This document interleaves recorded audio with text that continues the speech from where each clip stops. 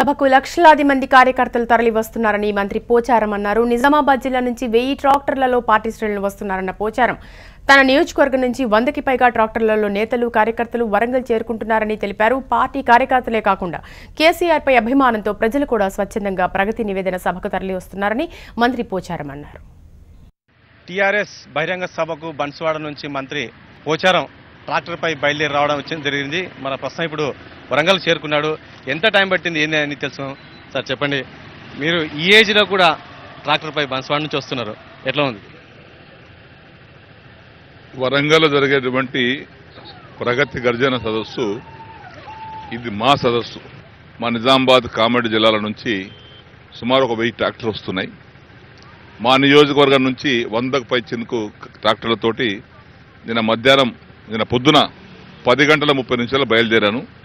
Tractor పైనే మొత్తం 245 నుంచి 250 కిలోమీటర్ల ప్రయాణం ట్రాక్టర్ పైన చేశాం.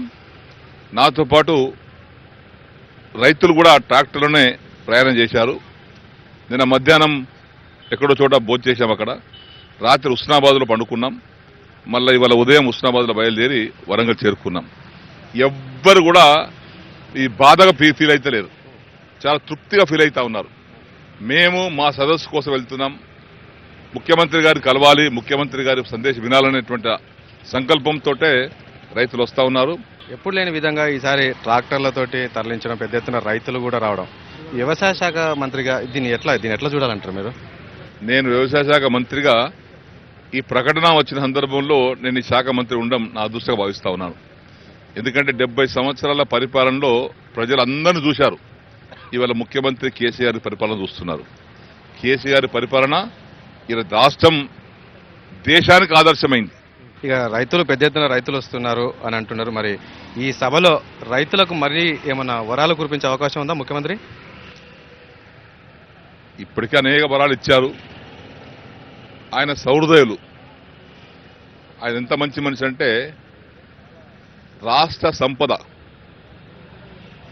రాష్ట్ర ప్రజలకు సంక్షేమానికి ఏ విధంగా పంచిపెట్టాలి, రైతులకు ఏ విధంగా పంచిపెట్టాలి, సబండ వర్గాలకు ఏ విధంగా పంచిపెట్టాలనేది ఆయనకు బాగా తెలుసు.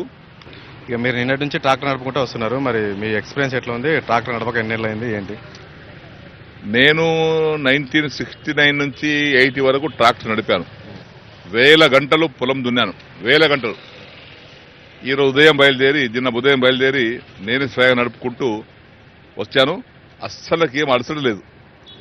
కాళ్ళ కూర్చుంటే అలసిపోతా కానీ ఇప్పుడు ట్రాక్టర్లో మంచిగా ఉన్నా, ఏ అలసట్లేదు నాకు. Thank you పోచారు.